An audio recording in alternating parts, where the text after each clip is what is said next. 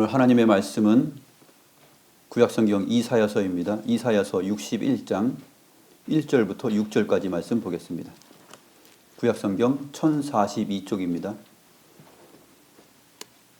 1042페이지 이사야서 61장 1절부터 6절 말씀.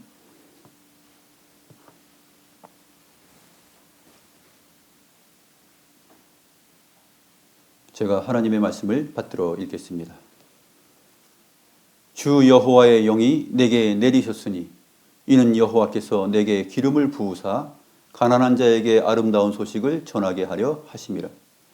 나를 보내사 마음이 상한 자를 고치시며 포로된 자에게 자유를, 갇힌 자에게 노임을 선포하며 여호와의 은혜의 해와 우리 하나님의 보복의 날을 선포하여 모든 슬픈 자를 위로하되 무릇 시온에서 슬퍼하는 자에게 화관을 주어 그 죄를 대신하며 기쁨의 기름으로 그 슬픔을 대신하며 찬송의 옷으로 그 근심을 대신하시고 그들이 의의 나무 곧 여호와께서 심으신 그 영광을 나타낼 자라 일컬음을 받게 하려 하심이라.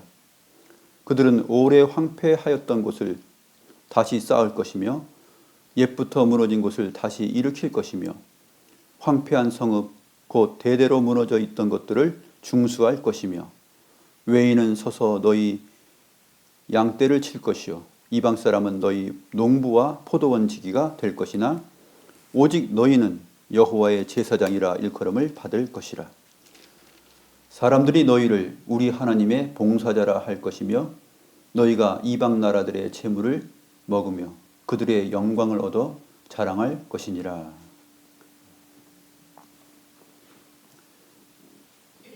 오늘은 그리스도이신 예수님에 대하여서 알아보는 날입니다. 하나님의 아들 예수 곧 구주가 또한 그리스도로 칭함을 받습니다. 그래서 하이델베르크 요리문답 31문 그분을 왜 그리스도 곧 기름 부음을 받은 자라 부릅니까? 라는 이 부분을 살펴보도록 하겠습니다. 오늘은 시간상 31문만 살펴보도록 하겠습니다. 그리고 다음 주에는 32문 그리스도인에 대하여서 상고해 보도록 하겠습니다. 하이델베르크 요리문답 31문을 같이 문답해 봅니다.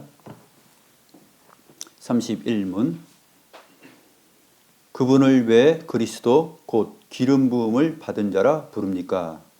왜냐하면 그분은 성부 하나님으로부터 임명을 받고 성신으로 기름 부음을 받으셨기 때문입니다.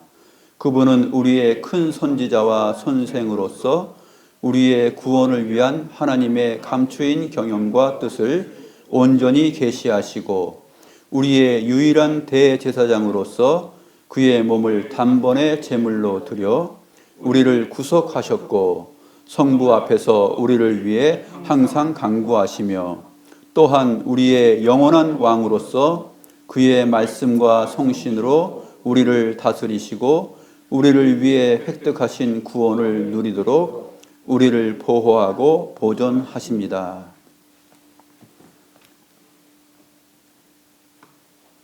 사도신경의 두 번째 문항이죠. 우리 주 예수 그리스도를 믿사오니에 해당하는 내용을 오늘 살펴보는 것입니다.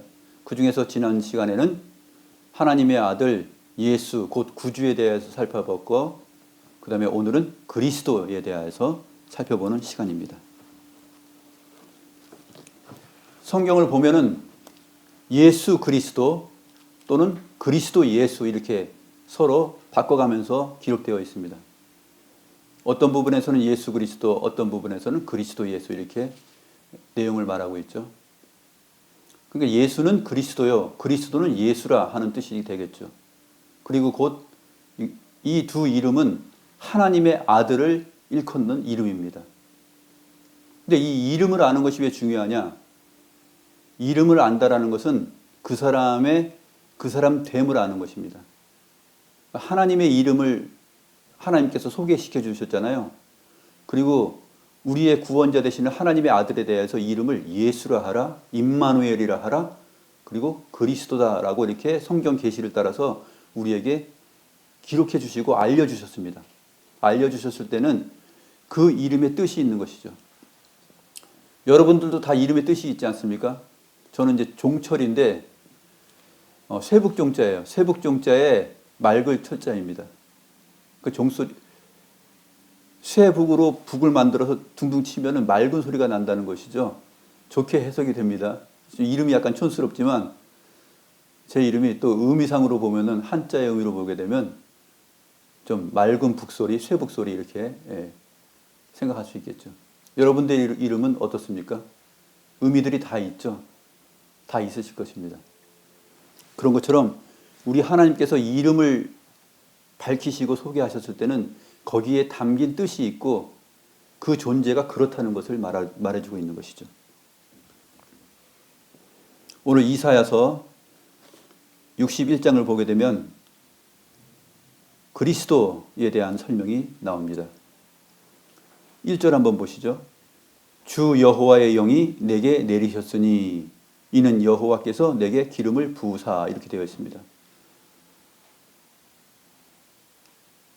그리스도라는 이 단어는 이제 헬라어로는 크리스토스인데 이것이 구약 성경에 무엇을 번역한 거냐면은 구약 성경에 있는 메시아흐를 번역한 것이에요. 메시아흐는 뭐냐면은 기름 부음을 받았다라는 뜻입니다. 기름 부음을 받은 자. 그래서 크리스토스, 이제 우리가 그리스도 이렇게 말하는 것입니다. 그래서 우리 하나님을 믿는 이 종교를 기독교라고 하는 이유가 거기서 나온 것입니다. 기독은 이제 한자이지 않습니까? 처음에 번역될 때 이제 한자로 번역됐으니까 그리스도를 기독 이렇게 번역을 한 것입니다. 그래서 우리가 믿는 하나님의 종교를 가리켜서 기독교 이렇게 말을 하는 것이죠. 풀어서 말하면 그리스도교 이렇게 되는 것입니다. 그런데 1절을 보게 되면 주 여호와의 영이 내게 내리셨으니 이것이 무엇이냐 하면 설명을 해주죠. 그 다음에 여호와께서 내게 기름을 부으신 것이다 이렇게 설명을 해주는 것입니다. 그러니까 이사야서 61장 1절의 내용은 이사야 선지자를 통하여서 계시를 하여 주신 것인데 이것이 누가복음 4장에 보게 되면 주님께서 나사렛 회당에서 이 이사야서 61장 1절과 2절을 읽으셔요. 갈릴리 회당에서 쭉 안식일마다 설교를 하시고 그 다음에 나사렛 회당에 가셨습니다. 자기가 자라난 곳이죠. 예수님께서 자라나신 곳 나사렛 회당에 가서 딱 서시니까 성경 맡은 자가 그 두루마리 책을 딱 줍니다. 주님께서 이사야서를 받아가지고 어디를 할까 하면서 펼치시는데 바로 이사야서 61장을 펼치시고 이 내용을 읽으신 것이에요. 누가복음 4장 16절에서 21절 말씀 보시면 성경을 읽으려고 서심해 선지자 이사야의 글을 들이거늘 책을 펴서 이렇게 기록된 데를 찾으시니 하면서 오늘 본문 말씀이 나옵니다. 곧 주의 성령이 내게 임하셨으니 이는 가난한 자에게 복음을 전하게 하려고 내게 기름을 부으시고 나를 보내사 포로된 자에게 자유를 하면서 이렇게 설명이 나옵니다. 그런데 누가복음 4장에서 보게 되면은 오늘 본문은 우리 본문은 6절까지 있지 않습니까? 그런데 주님께서 어디까지 읽고 마치시냐면 2절 중반까지만 읽고 마치셔요. 그리고 책을 덮으시고 자리에 앉으십니다. 그리고 설명을 하시는데 아주 짤막하게 선언을 하십니다. 이 글이 오늘 너희 귀에 응하였느니라. 그러니까 이사야서 61장에 나와 있는 주 여호와의 영이 내게 내리셨으니 했을 때 내게에 해당하는 그 주인공은 누구냐면은 바로 예수 그리스도이십니다. 주님 자신이십니다. 그래서 이 선지자의 글이 오늘 내게 임하였다. 즉 700년 전에 선지자를 통하여서 기록하고 선포되었던 이 내용이 오늘 너희 앞에서 응하였다라는 얘기예요. 주님 자신이 메시아, 너희가 기다렸던 메시아, 왕이시다, 선지자다, 제사장이다 이렇게 설명을 하고 계시는 것입니다. 그래서 그분은 오셔서 무엇을 하느냐? 가난한 자에게 아름다운 소식을 전합니다. 이 가난한 자는 뒤에 풀어서 보게 되면 마음이 상한 자들 말하고 또 포로된 자들, 갇힌 자들, 또 누가복음 4장에 표현된 대로 눈먼 자들을 보게 하는 그러한 내용들을 선포합니다. 단순히 육신의 병을 치료하고 육신의 눈을 뜨게 하는 것이 아니라 영혼의 눈을 뜨게 하고 포로된 영혼을 악한 원수 마귀 죄의 종으로서 사로잡혔던 그 포로된 자, 갇힌 자들을 다 놓아주는 그 심령이 상하고 가난한 자들, 그들에게 아름다운 소식을 전하는 분, 이렇게 소개를 하고 있는 것입니다. 누가복음 4장을 보게 되면 주님께서 주의 은혜의 해를 전파하게 하려 하심이라 라고 여기까지만 말을 하고 책을 덮어서 그 맡은 자에게 주십니다. 좀 독특하죠? 오늘 본문 2절에는 어떻게 되어 있습니까? 오늘 본문을 보면은 여호와의 은혜의 해와 우리 하나님의 보복의 날을 선포하여 이렇게 되어 있습니다. 이 선포하다라는 말이 전파하다라는 말인데 누가복음 4장에서는 여호와의 은혜의 해를 선포한다라는 말로 되어 있습니다. 뭐가 빠졌습니까? 우리 하나님의 보복의 날, 이것이 빠졌어요.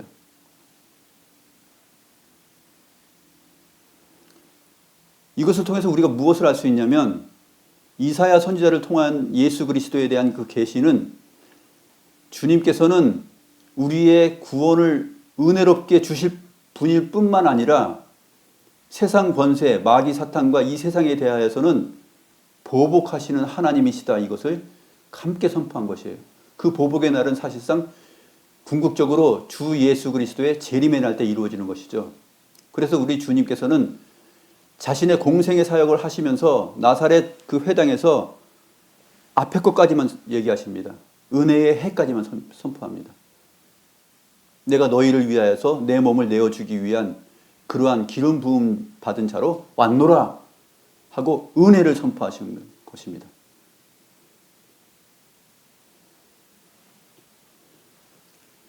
그러나 6절까지의 내용을 오늘 본문 보게 되면 사실 이 은혜의 해에 대한 선포와 보복의 날에 대한 선포가 내용이 그렇게 다르지 않아요.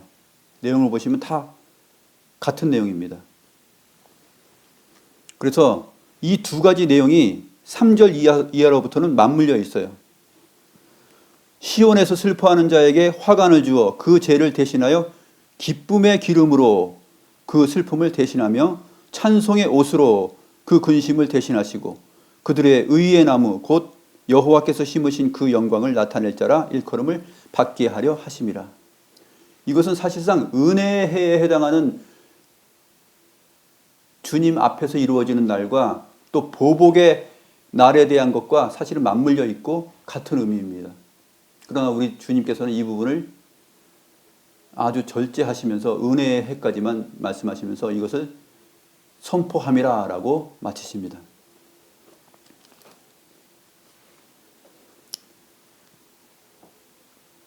시온에서 슬퍼하는 자들, 예루살렘에서 슬퍼하는 자들, 하나님 앞에서 슬퍼하는 자들에게 제 대신 화관을 주십니다. 구약 성경의 상황에서 고대의 슬픔을 표현하는 것은 뭐냐면 죄를 머리에다 뿌리는 거예요. 그런데 죄 대신 우리의 머리에 화관을, 슬퍼하는 자의 머리에 죄가 아니라 화관을 씌워주신다 하는 것이 설명되고 있습니다. 또한 기쁨의 기름으로 슬픔을 대신하며, 이 기쁨의 기름은 바로 주님께서 받으신 성령이죠. 왜냐하면 1절에 보게 되면 주 여호와의 영이 내게 내리셨다라는 말을 바꿔 말해서 설명하는데 여호와께서 내게 기름을 부으사 이렇게 다시 설명해 주고 있기 때문입니다. 아주 친절하죠. 그러므로 기름 부음을 받은 자라는 뜻은 무엇이냐면 메시아인데, 이 메시아는 여호와의 영을 부음 받은 자예요. 여호와의 영으로 부음을 받은 자. 그래서 구약 성경에 보게 되면 기름 부음을 받은 자는 어떤 사람들이냐면 특징이 선지자, 그 다음에 제사장, 그 다음에 왕입니다. 선지자와 제사장, 왕, 이 세 인물이 기름 부음을 받고 그 직책을 부여받고 그 사명을 부여받습니다. 그런데 우리 주님께서 바로 기름 부음을 받은 메시아흐, 바로 주 여호와의 영을 충만하게 받은 자다 하는 것을 여기서 설명합니다. 하나님 아들 주 예수 그리스도께서 언제 그러면 기름을 부음 받으셨을까요? 궁금하지 않으세요? 언제 기름 부음을 받으셨을까요?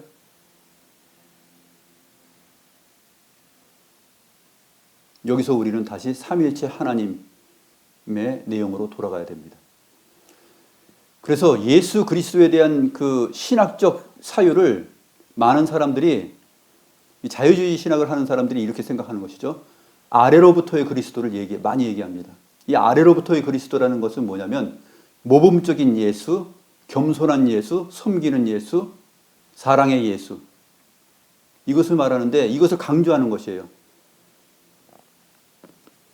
그래서 이 아래로부터의 그리스도를 말하는 사람은 사실상 삼위일체 하나님으로서 하나님의 아들이 메시아다, 곧 예수 그리스도이시다 하는 부분을 신학적으로 검토하기보다는 그냥 이 땅에 오셔서 2000년 전에 오셔서 그분이 행하신 행동, 삶의 방식, 사랑의 마음, 이것을 우선적으로 생각하는 것이에요. 그래서 남미의 해방신학이라든지 우리나라의 비슷한 사유를 가지고서 형성된 민중신학이라든지 이런 것들이 바로 아래로부터의 그리스도를 강조하는 내용입니다. 그런데 이 그리스도, 언제 기름을 부음을 받았는가 하는 것에 대한 성경적 신학적인 검토가 사실은 좀 미흡한 것이죠. 우리가 전능하사 천지를 만드신 하나님 아버지를 내가 믿사오며 또한 그의 독생자 예수 그리스도를 믿사오니라는 이 믿음을 얘기했을 때는 바로 하나님의 아들, 하나님이신 그 그리스도를 믿는다는 고백이거든요. 거기서부터 우리가 올라가야 되는 것이죠. 상승해야 되는 것입니다. 이 고백이. 그런데 아래로부터의 그리스도를 말하면 좀 따뜻하고 피부에 와닿는 것 같고 이게 현장감이 있어요. 이것을 무시하라는 얘기가 아니라 우리의 출발점을, 우리의 마음의 시선을 어디서부터 출발해야 되냐면 창세 전에, 모든 것들이 있기 전에 영원하신 예수 그리스도에 대한 인식을 먼저 하는 가운데 그분이 우리에게 그리스도로서 그 이름으로 오셔서 무엇을 하셨는가, 이것을 알아갈 때 아래로부터의 그리스도의 그 의미들도 더욱더 풍성하게 빛난다 하는 것입니다. 이것이 전체 성경으로서 그리스도에 대한 인식을 하고 우리가 신앙 고백을 할 때 필요한 내용들입니다.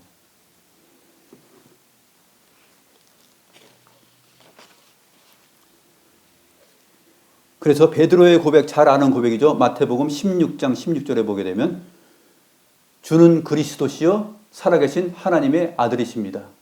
먼저 그리스도가 먼저 나오죠. 하나님의 아들이 먼저 나오지 않습니다. 주는 그리스도시요 살아계신 하나님의 아들이십니다. 살아계신 하나님의 아들이 그리스도라는 얘기예요. 그럼 언제 기름 부음을 받았을까요? 영원히 기름을 받은 것입니다. 영원한 때. 때라고 그러면 좀 이게 표현이 좀 그렇지만 시간과 공간이 있기 전에, 창조되기 전에 성삼위일체, 성부, 성자, 성령 하나님, 이 삼위일체 하나님만 계셨을 때 그때 비밀스럽게 성령의 부음을 받으신 것이에요. 예수님은 하나님의 아들로서 성령을 충만하게 받으시지만 또한 받으실 뿐만 아니라 성령을 친히 주시는 분이시죠. 이것을 우리가 잘 생각해야 돼요.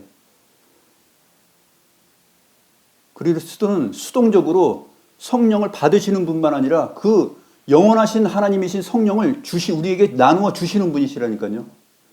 이런 내용들이 성경에 기록되어 있지 않습니까? 그래서 항상 우리의 신앙적 시각은 뭐냐면 전체 성경으로 주목을 해야 돼요.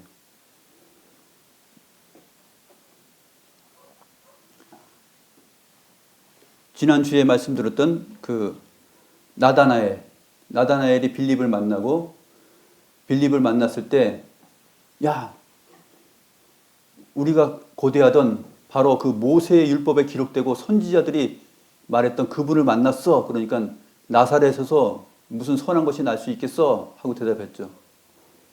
그때 주님께서 나다나엘에게 간사하지 않다. 참 이스라엘 사람이다. 이렇게 말을 하십니다. 어떻게 저를 아십니까? 그렇게 말을 하니까 주님께서 네가 무화과 나무 아래에 앉았을 때 내가 보았노라 그럽니다. 무화과 나무 아래에 앉았을 때 보았다라는 말을 들은 다음에 나다나엘의 반응이 바로 무화과 나무 아래에서 무엇을 했는지를 밝혀줍니다. 그 문맥이 밝혀주는데 어떻게 말하는지 요한복음 1장 49절의 말씀을 읽어보겠습니다. 요한복음 1장 49절에서 랍비여 당신은 하나님의 아들이시요 당신은 이스라엘의 임금이로소이다. 바로 이 문맥이에요. 내가 너를 무화과나무 아래에 앉았을 때 보았다 했을 때 그 다음에 나다나엘의 고백이 바로 무화과나무 아래에서 무엇을 생각했는지 그 아래에 있었던 자신이 무엇으로 가득 차 있었는지 그것을 고백해냅니다. 나다나엘은 하나님의 아들 또 이스라엘의 왕, 이스라엘의 임금 그분이 언제 오셔서 우리를 구원할까? 그 율법에 기록한 내용들, 모세가 말하고 선지자가 기록한 이 모든 내용들에 대해서 무화과나무 아래에서 생각하고 있었던 것이죠. 주님께서 바로 그러한 너를 내가 빌립이 너를 만나기 전에 내가 너를 알았다, 보았다라고 했을 때 바로 그것입니다. 그래서 바로 고백이 나오는 것이에요. 랍비여 당신은 하나님의 아들이시요 이스라엘의 임금이로소이다. 바로 구약 성경에 기록된 하나님의 아들 이스라엘의 왕 기름 부음을 받을 메시아라는 고백이 되는 것입니다. 그래서 예수님께서 죽으시고 승천하신 다음에 제자들이 예루살렘에서 복음을 증거하고 나사렛 예수 그리스도에 대한 설명을 하고 가르침을 계속할 때 제사장들과 성경 맡은 사람들이 시기하고 질투합니다. 그래가지고 그 일을 못하게 해요. 못하게 하고 감옥에 가두는데 또 풀려나요. 감옥에 가뒀는데 천사들이 와서 풀어줍니다. 그래서 나가서 다시 설명하고 있어요. 이게 어떻게 된 일이지? 하면서 공회가 합심하여서 잡아들입니다. 그때 주님의 제자들이 하는 말이 있습니다. 사도행전 5장에 보게 되면 5장 41절 42절에 보게 되면 사도행전 5장 41절 42절 보면 사도들이 그 이름을 위하여 능력받는 일에 합당한 자로 여김을 기뻐하였습니다. 이제 채찍질하여서 다시는 예수 이름으로 말하지 마라고 이제 공회에서 잡아서 채찍질해서 놔줬어요. 그러니까 제자들이 어떻게 합니까? 그럼에도 불구하고 그들이 날마다 성전에 있든지 집에 있든지 예수는 그리스도라고 가르치고 그 다음에 전도하기를 그치지 않았다라고 설명을 하고 있습니다. 예수는 그리스도다. 그래서 이 뒤로 펼쳐지는 모든 서신서와 신약 성경의 내용을 보게 되면 예수 그리스도, 그리스도 예수 이렇게 서로 번갈아 가면서 주어지고 있는 것입니다. 우리가 예수 그리스도, 그리스도 예수를 믿습니다. 그리고 그분을 하나님의 아들로 믿습니다. 그렇다면 그리스도를 하나님의 아들로 예수로 믿지 않고 고백하지 않는 사람들은 어떠한 사람들입니까? 요한일서 2장 22절에 말합니다. 그들은 거짓말하는 자들입니다. 요한일서 2장 22절 보면 거짓말하는 자가 누구냐? 예수께서 그리스도이심을 부인하는 자가 아니냐? 아버지와 아들을 부인하는 그가 적그리스도니. 적그리스도, 안티크리스토스입니다. 안티크리스토스. 그러니까 그리스도와 정반대편에 서서 있는 자들이죠. 그 거짓말하는 자입니다. 그런데 주목할 것은 뭐냐면 예수께서 그리스도이심을 부인하는 것인데 아버지가 등장합니다. 아버지와 아들을 부인하는 것이라고 말합니다. 예수께서 그리스도이심을 부인하면 예수만 부인하는 거잖아요. 그런데 설명이 아버지와 아들을 부인하는 것이다 이렇게 말을 하는 것입니다. 이 내용 가운데서 아버지와 아들은 하나이다라는 것이 또 증명이 되는 것이죠. 그래서 주님께서 나를 부인하는 자는 곧 나를 보내신 이를 부인하는 것이다 이렇게 말씀을 하셨던 것을 우리가 또 생각하게 됩니다. 그래서 우리가 그리스도를 생각할 때는 아래로부터의 그리스도를 생각하고 우리의 신앙의 모범을 생각하는 것이 아니라 이 그리스도라는 이름을 들었을 때 이것을 신앙 고백으로 할 때 삼위일체 하나님, 그 하나님의 아들이신 그리스도를 묵상하고 생각하면서 성경적으로 나아가면서 그것을 우리의 구주로 받아들이면서 그분을 믿사오니라고 고백을 하는 것입니다. 이 사도신경의 이 짤막한 이 문장 안에 이렇게 풍성한 것들이 사실은 담겨 있는 것이에요. 성경 전체의 계시의 풍성함을 사도신경의 고백이 짤막한 문장으로 표현을 하고 있는 것입니다.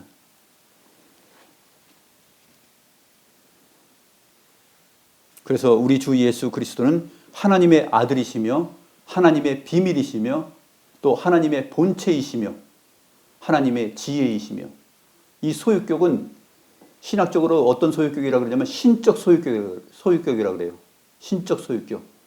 그러니까 하나님 자신을 드러내는 계시로서의 문법으로서의 소유격이에요.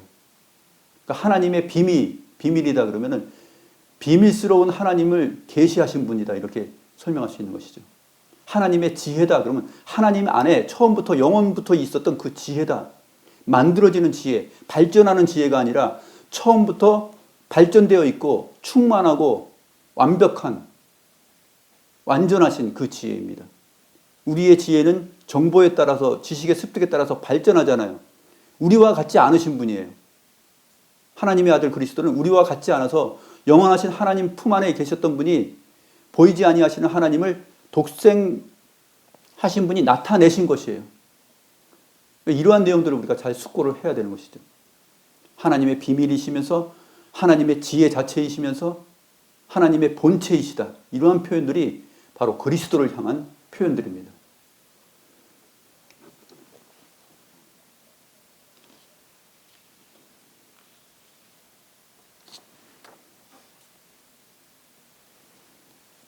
그래서 그리스도께서 하나님의 아들로서 모든 피조물보다 먼저 나셨다고 했을 땐 시간적으로 먼저 나신 분이 아니라 그랬죠. 시간보다 먼저 나신 분이라 그랬습니다.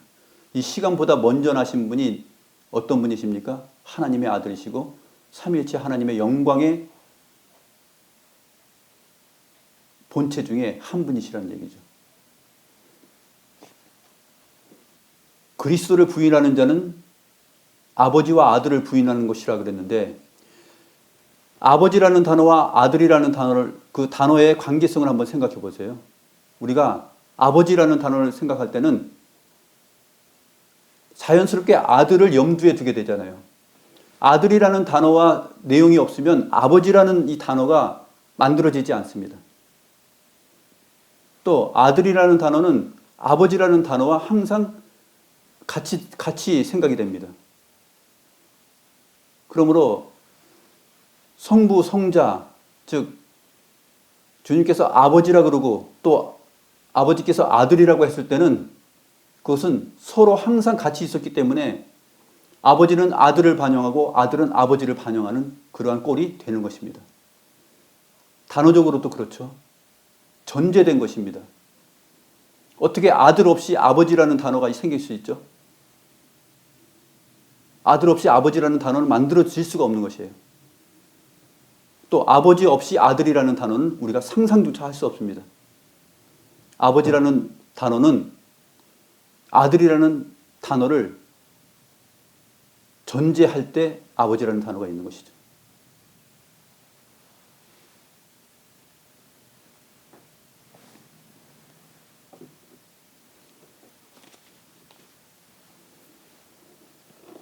그래서 우리 주님께서 주 여호와의 영이신 기름 부음을 받은 진정한 메시아입니다. 이 땅의 메시아들, 역사 속에서 구약 성경에 나타난 메시아는 선지자와 제사장, 왕이었는데 이들은 다 유한한 존재예요. 그리고 완벽하지 못합니다. 완전히 거룩하지 못하고 완전히 선지자로서의 사명을 온전히 드러내지 못합니다. 그래서 시간을 따라서 역사를 따라서 때와 장소를 따라서 상황을 따라서 선지자들이 계속 등장합니다. 하나님께서 선지자들을 계속 세우시죠. 그리고 제사장들도 계속 세웁니다. 왕들도 계속 나타납니다. 구약 성경의 내용을 보게 되면 계속 나타나죠. 그런데 한 존재, 진정한 메시아, 참 선지자와 참 제사장, 참 왕이신 분이 이 선지자와 제사장, 왕이라는 이 세 사람 또 세 직책을 하나로 호련히 자기 자신이 완벽하게 창출해냅니다. 그분이 바로 예수 그리스도 예수입니다.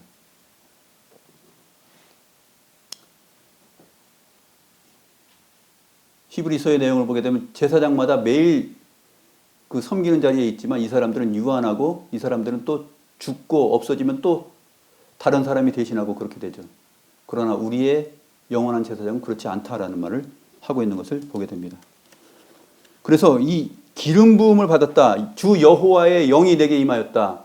그리고 이 기름 부음을 받았다라는 이 메시아를 할 때 선지자와 제사장과 왕이 어떠한 기름 부음을 받은지 한번 제사장을 근거로 해서 한번 설명을 해보겠습니다. 우리가 다 같이 출애굽기 30장 23절부터 33절을 한번 보시죠. 같이 한번 보겠습니다. 출애굽기 30장 23절부터 33절의 내용을 같이 한번 봅니다.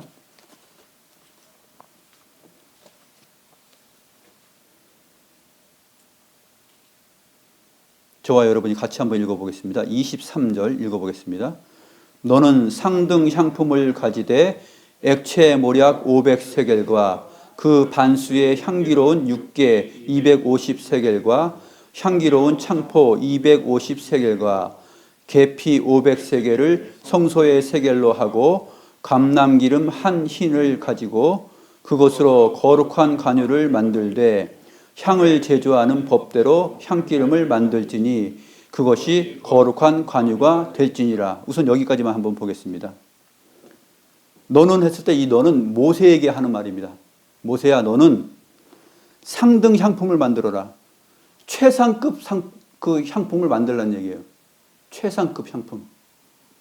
그래서 하나님께서 계획하시고 의미를 가지신 그 내용을 가르쳐 줍니다. 모세가 착안한 것이 아니에요. 모세가 스스로 만들어낸 것이 아니라 하나님이 설명해 준 내용이에요. 액체 모략 500세겔. 여기 세겔은 성소의 세겔인데 1세겔이 12g입니다. 1세겔이 성소의 세겔로 1세겔이 12g이에요. 근데 액체 모략 500세겔. 500세겔은 이제 12g 곱하기 500을 하게 되면 6,000g이 됩니다. 그래서 6kg이 되는 것이죠. 액체 모략 500세겔과 그 반수는 이제 500세겔의 반수니까 250이죠. 반수의 향기로운 육개 250세겔과 향기로운 창포 250세겔. 그 반수니까 250세겔은 킬로그램으로 하면은 3kg입니다. 이렇게 질량을 또 무게를 부피를 다 정해줍니다. 육개는 이제 계피나무의 껍질에서 축출해내는 그 향인데 기름인데 이것을 이제 육개 이렇게 설명을 하고 있는 것이죠. 그리고 감람기름 한 흰. 한 흰은 3.7리터예요. 오늘날로 환산을 하면은 3.7리터를 준비해라. 그것을 가지고 거룩한 간유를 만들되 향을 제조하는 법대로 향기름을 만들지니 거룩한 간유가 될지니라 이렇게 설명하고 있습니다. 이렇게 상등 향품, 최상급 기름을 만들어서 어디에 바릅니까? 26절부터 보면 같이 읽겠습니다. 26절부터 너는 그것을 회막과 증거궤에 바르고 상과 그 모든 기구이며 등잔대와 그 기구이며 분향단과 및 번제단과 그 모든 기구와 물두멍과 그 받침에 발라 그것들을 지극히 거룩한 것으로 구별하라. 이곳에 접촉하는 것은 모두 거룩하리라. 여기까지만 한번 다시 보겠습니다. 하나님의 성소, 성전에 모든 기구들에게 이것을 다 바릅니다. 거룩하게 하는 것이죠. 그러므로 기름은 거룩하게 하는 것입니다. 거룩한 관유라 그랬죠. 성소가 거룩해지는 것이죠. 이 성전이 사실은 우리 주님 자신이지 않습니까? 이스라엘 백성들이 자기들이 텐트를 치고 동서남북으로 세 지파 동서남북으로 친 다음에 그 가운데 임마누엘로서 성전이 자리합니다. 이 성전이 거룩한 기름 부음을 받은 하나님이 계신 것이죠. 주 예수의 영을 충만하게 받으신 그 기름 부음을 받은 자 우리 주 예수 그리스도께서 바로 이 성전이십니다. 이 구약의 성전은 그림자죠. 우리 주님 자신을 내다보는 손가락이면서 동시에 그림자입니다. 참 것은 아닙니다.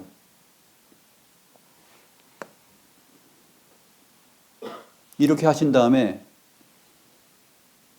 그 다음에 30절부터 33절 다 같이 한번 읽어보겠습니다. 너는 아론과 그의 아들들에게 기름을 발라 그들을 거룩하게 하고 그들이 내게 제사장 직분을 행하게 하고 이스라엘 자손에게 말하여 이르기를 이것은 너희 대대로 내게 거룩한 관유니 사람의 몸에 붓지 말며 이 방법대로 이와 같은 것을 만들지 말라. 이는 거룩하니 너희는 거룩히 여기라. 이와 같은 것을 만드는 모든 자와 이것을 타인에게 붓는 모든 자는 그 백성 중에서 끊어지리라 하라. 놀라운 말씀이 선포됩니다. 이것을 아론과 그의 아들들에게 바릅니다. 제사장들에게 바르는 것이죠. 그래서 제사장들이 기름 부음을 받은 자가 되는 것입니다. 이것은 사람의 몸에 붓지 말라 그랬습니다. 병든 자를 치료하기 위해서 기름을 바르는데 그렇게 하지 말라는 얘기예요. 또 죽은 시체에게 기름과 향을 바르지 않습니까? 그런 것으로도 그런 용도로도 쓰지 말라는 것이죠. 사람으로 하여금 이와 같은 것들을 만드는 일조차도 하지 말라라고 강력하게 말씀하십니다. 이것을 만드는 자와 바르는 자, 타인에게 붓는 자 모두 다 하나님의 백성됨에서 끊어진다. 이렇게 설명하십니다. 왜 이렇게 강한 말씀을 하셨을까요? 이것은 하나님께서 제조하신 기름의 의미입니다. 그렇기 때문에 그래요. 성령을, 주 여호와의 영을 사람이 만들 수 있겠습니까? 흉내내서 만들어 보겠습니까? 성령 받으라 하면서 성령을 받으라라고 선포하는 사람은 거짓일 것입니다. 목사가 되어서 함부로 성령을 언급하고 하나님의 이름을 언급하면서 성령 받으라, 나한테 성령 나갔다 막 이렇게 말하는 사람들을 가짜일 것입니다. 하나님의 영을 만들어낼 수가 없는 것이에요. 주 여호와의 영, 곧 기름 부음을 받은 자. 그래서 이 기름, 제사장뿐만 아니라 이것이 나중에 왕에게도 기름을 바릅니다. 선지자도 그렇게 되어 있습니다. 구약 성경 안에서. 하나님께서 세우시는 계시적 의미로서 세우는 선지자, 제사장, 왕 말고는 이것을 바르면 안 되는 것이에요. 왜냐하면 이 기름 부음은 바로 진정한 메시아를 내다보기 때문에 그래요. 그 계시적 의미가 하나님의 뜻과 의지에 있었기 때문에 그것을 금하는 것입니다. 그래서 이것이 아까 말한 대로 상등 향품을 만드는 것이에요. 최상급.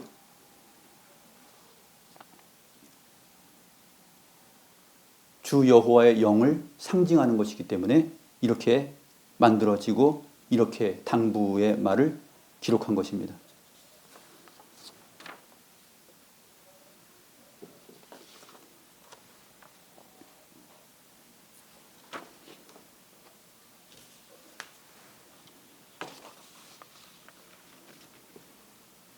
그래서 많은 구약의 선지자들은 하나님의 부름을 받아서 하나님의 말씀을 전하였습니다.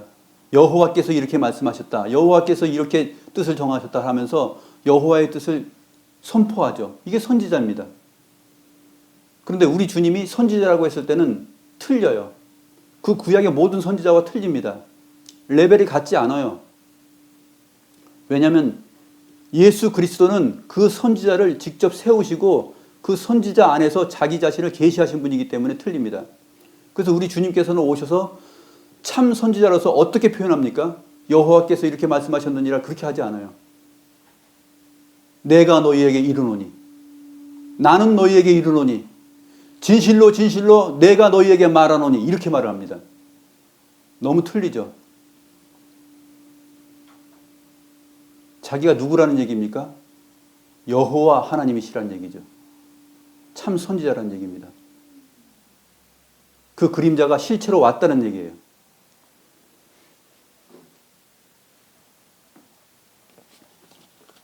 그래서 선포할 뿐만 아니라 많은 병자들을 고칩니다. 나면서부터 소경된 자, 혈루증을 앓는 여인이 그의 옷자락만 만져도 거룩해지고 병이 났습니다. 그의 옷술만 만졌는데 그 혈루증이 끊어지고 났습니다. 아까 성전의 기름은 거룩하니 거기에 접촉하는 자는 다 거룩해진다 그랬죠. 참 성전이신 우리 주님께 접촉하는 자는 다 거룩해지는 것이에요. 그러한 내용들이 이 복음서 안에 듬뿍 나타나는 것입니다. 중풍병자를 고치시고 고치실 뿐만 아니라 내죄 사함을 받았느니라라는 이 선포를 하시는 것이죠. 거룩하게 만드시는 분입니다. 본인 자신이 주 여호와의 영을 듬뿍 가지고 계신 분일 뿐만 아니라 즐거움의 기름으로 우리에게 채워주시는 분이에요.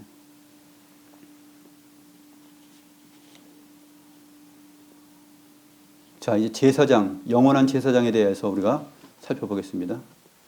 시편 110편 4절 말씀 보시면 여호와는 맹세하고 변하지 아니하리라 이르시기를 너는 멜기세덱의 서열을 따라 영원한 제사장이라 그랬습니다. 멜기세덱이 누구입니까? 아브라함이 그 연합군을 치고 돌아올 때 그때 아브라함을 만나서 아브라함에게 복을 주신 그 사람이잖아요. 근데 이 사람은 참 비밀스럽습니다. 히브리서 7장 1절에서 4절 같이 한번 보겠습니다. 히브리서 7장 1절부터 4절.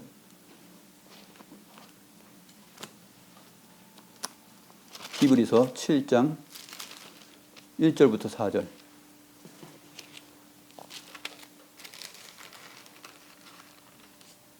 (359페이지) 1절부터 4절 한번 같이 읽습니다. 시작. 이 멜기세덱은 살렘 왕이요 지극히 높으신 하나님의 제사장이라. 여러 왕을 쳐서 죽이고 돌아오는 아브라함을 만나 복을 빈 자라. 아브라함이 모든 것의 10분의 1을 그에게 주니라. 그 이름을 해석하면 먼저는 의의 왕이요 다음은 살렘 왕이니 곧 평강의 왕이요 아버지도 없고 어머니도 없고 족보도 없고 시작한 날도 없고 생명의 끝도 없어 하나님의 아들과 닮아서 항상 제사장으로 있느니라. 이 사람이 얼마나 높은가를 생각해 보라. 조상 아브라함도 노량물 중 10분의 1을 그에게 주었느니라. 이 사람이 얼마나 높은가를 생각해 보라. 아래로서의 그리스도가 아니라 지금 얼마나 높은지를 생각해 보라고 얘기하는 것이에요. 멜기세덱을 보면 아버지도 없어요. 어머니도 없어요. 족보도 없어요. 시작한 날도 없고 생명의 끝도 없어요. 신비입니다. 이 인물이 도대체 어디서 왔고 언제 태어났고 언제 죽었는지 신비해요. 갑자기 나타났어요. 아브라함 앞에. 그리고 복을 줍니다. 그 아브라함은 10분의 1을 이 멜기세덱에게 바치죠. 10분의 1의 11조의 의미는 무엇입니까? 모든 것이 하나님의 것입니다. 아브라함이 승리하고 돌아올 때 나의 모든 승리와 이것은 도로 찾아온 것은 다 하나님의 능력이요 하나님이 함께 하심입니다라고 고백하면서 10분의 1을 준 거예요. 누구에게요? 멜기세덱에게.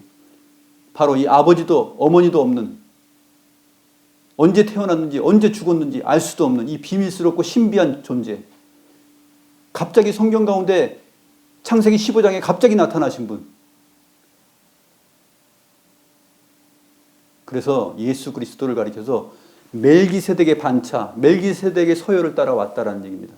그리스도는 아버지도 없고 어머니도 없고 언제 출생하였는지 언제 죽었는지 알 수도 없는 그러한 영원하신 하나님의 아들이시다라는 것을 여기서 보여주는 것이에요. 의의 왕이요 살렘 왕, 평강의 왕이시다. 이렇게 하나님의 아들 되심을 보여주고 증거하고 있는 것입니다. 그분이 바로 기름 부음을 받은 자 메시아 그리스도이십니다.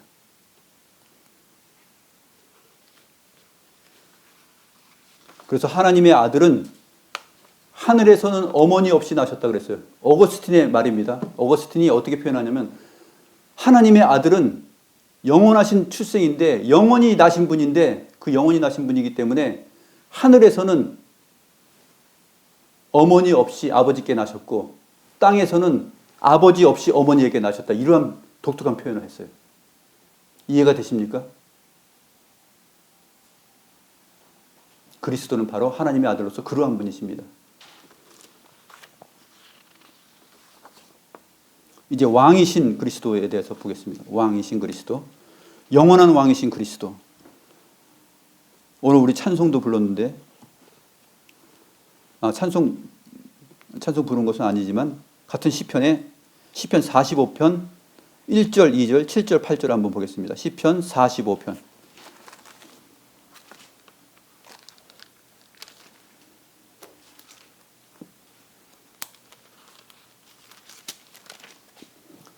이렇게 그리스도에 대한 그 우리의 이해가 중요하기 때문에 오늘 그 하이델베르그 여러분들 32문 그리스도인에 대해서 할 수가 없는 거예요. 제가 할 수가 없어요. 사실 이 부분도 한 줄을 더 했으면 더 좋겠지만 한 줄로 마치겠습니다. 시편 45편 1절 2절 같이 한번 읽어봅니다. 시작. 내 마음이 좋은 말로 왕을 위하여 지은 것을 말하리니 내 혀는 글솜씨가 뛰어난 서기관의 붓과 같도다. 왕은 사람들보다 아름다워 은혜를 입술에 머금으니 그러므로 하나님이 왕에게 영원한 복을 주시도다. 이 왕은 누구일까요? 왕은 사실 역사적으로 뭐 다윗이라든지 그런 왕을 찬양하는 고라자손의 이 시입니다. 마스길, 그 교훈적인 내용이죠. 근데 사랑의 노래라고 표제가 덧붙여 있습니다. 왕을 사랑하는 노래예요. 그런데 자기의 마음이 좋은 말로 이것을 노래합니다. 사랑의 노래를 하는데 나의 혀는 글솜씨가 뛰어난 서기관의 붓끝 같다 하면서 자기의 혀로 이것을 찬미합니다. 왕을 찬미하는 노래예요. 근데 왕은 인생들보다 아름답다. 인생들보다 아름답다는 얘기는 무엇입니까? 인생이 아니라는 얘기입니다. 사람들보다 아름답다는 얘기는 사람이 아니라는 얘기예요. 이 왕은 누구입니까? 왕이신 그리스도를 지금 노래하고 있는 것이에요. 시편의 많은 내용들이 메시아에 대한 노래를 하고 있는 것이고 메시아의 사역에 대해서 말하고 있고 메시아가 누구인지를 노래하는 내용들이 듬뿍 있는 것입니다. 그래서 우리가 예배 때 시편 찬송을 하는 것이에요. 자, 7절, 8절 다시 한번 7절, 8절도 한번 같이 읽어봅니다. 시작. 왕은 정의를 사랑하고 악을 미워하시니 그러므로 하나님 곧 왕의 하나님이 즐거움의 기름을 왕에게 부어 왕의 동료보다 뛰어나게 하셨나이다. 왕의 모든 옷은 모략과 침향과 육개의 향기가 있으며 상하궁에서 나오는 현악은 왕을 즐겁게 하도다. 왕의 모든 옷에 기름이 발려 있어요. 이 향품이 발려 있어요. 이 기름은 누가 언제 제조한 것입니까? 출애굽기 30장에서 아까 읽었던 내용이에요. 그 거룩한 향품, 거룩한 관유를 메시아에 해당하는 이 왕에게 바른 것입니다. 모략과 침향과 육개의 향기가 가득하다. 이 왕은 모든 동료 왕들보다 뛰어납니다. 이 역사 속의 모든 왕들보다 뛰어나요. 이 왕은 누구입니까? 바로 빌라도가 예수를 죽으신 예수의 그 십자가 위에 죄패로서 달았던 내용이죠. 뭐라고 달았습니까? 유대인의 왕이라고 그랬습니다.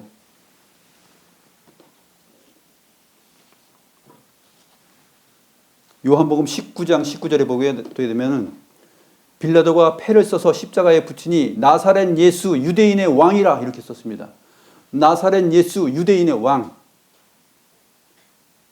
바로 우리의 영원하신 왕, 주 여호와의 영이 가득하신 분, 영원부터 기름 부음 받은 자로 존재하시는 분, 그분이 바로 예수 그리스도 예수이십니다. 그래서 거짓말하는 자들은 바로 예수께서 그리스도이심을 부인하는 자들이에요. 예수께서 하나님이심을 부인한다는 얘기예요. 그래서 예수 그리스도를 부인하게 되면 아버지와 아들을 동시에 다 부인하는 것이 되는 것입니다. 그가 바로 적그리스도, 안티크리스토스입니다. 오늘 성찬식을 우리가 앞두고 있습니다. 바로 이 존귀하시고 거룩하신 진정한 메시아, 기름 부음을 받은 이 분이 바로 이 땅에 오셨습니다. 하나님이 사람이 되셨다는 얘기예요. 하나님이 피조물 중에 하나가 되었다는 얘기입니다. 너무나 사랑스럽지 않습니까? 너무나 아름답지 않습니까? 너무나 감격스럽지 않습니까?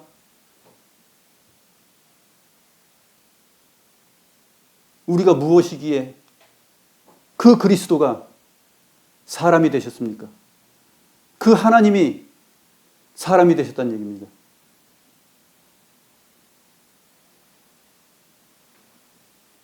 존귀와 영광만을 받으실 그분이 바로 우리를 대신해서 죽으시고 모든 것을 다, 물과 피를 다 쏟아 주었습니다.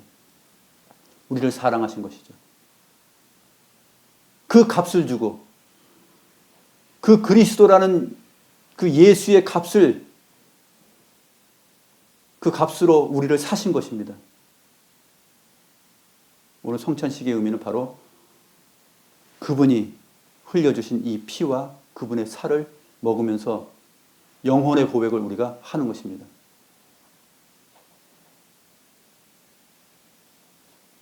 오늘은 그리스도의 아름다움에 대해서 우리가 살펴봤습니다.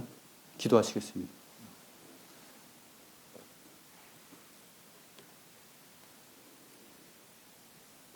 말로 다 형용할 수 없는 하나님의 사랑을 생각하옵나이다.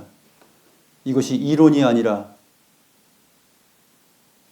실체로서 이 예배를 통하여서 또 성찬 예식을 통하여서 우리 마음속에 새겨지고 우리 마음속에 생명의 양식으로 오기를 원합니다.